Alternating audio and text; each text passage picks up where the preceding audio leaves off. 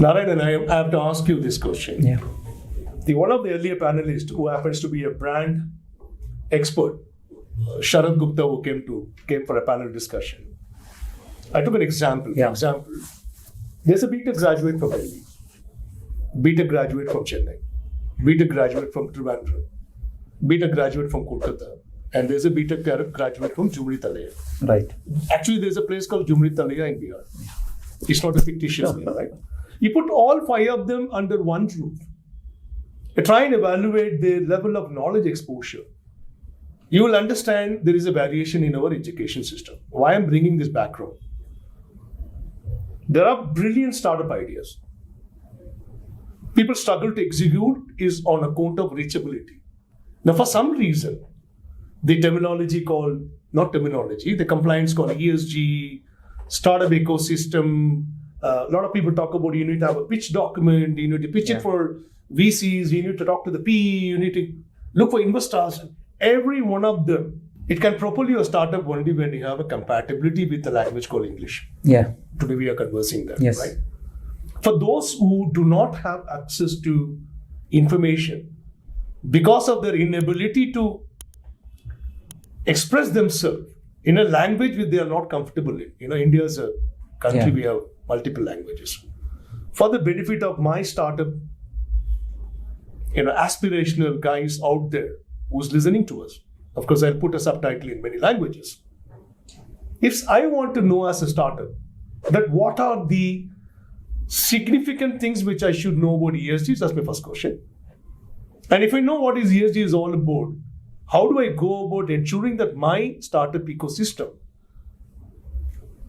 inculcates that as a culture in my system? Is there a kind of a knowledge platform which is available for startups to go and educate themselves? That's my question. Well, yeah, I think that's a very fair question. So, in India, we have our official language, business language, let me put it this way, largely, has been English. Therefore, yes, the language part is there. But having said that, I should add here that much like most of the business terminologies, most of the people who are in the field, who are either on the investing side or maybe they are working for some organization, they do kind of pick up on what the ESG entails, because it's more like an accounting debit and credit. So you do know what is a debit, you know what is a credit if you are working in that field. But even if you haven't really studied it, let's say in English, though, there is a way of making it up.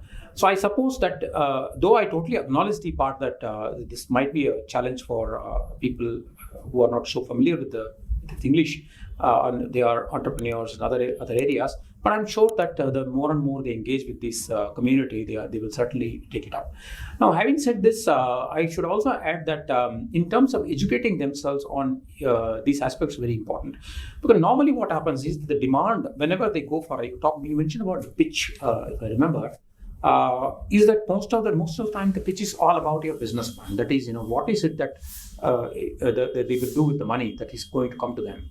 So, and then kind of returns that they can project. So, but rarely the document includes issues related to the environmental impact of their work or the kind of stakeholders that they will be dealing with in turn, what will be the kind of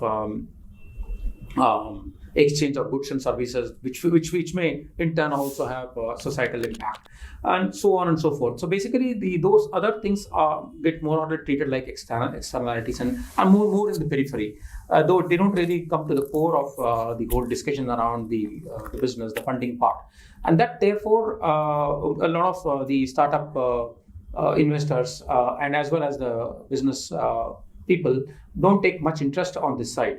But having said that, my view is that the way where we stand today, and if these entrepreneurs start looking at some of these stories which have happened last year, for example, and we still read about them both in India and outside, it's very important that they start educating themselves on the aspects of ESG. ESG is how you run the company, in my opinion. It's not just making or selling or collecting the payment. It's much more than that. It's like a culture. You got to imbibe that as a culture. Yes. There are no shortcuts for that.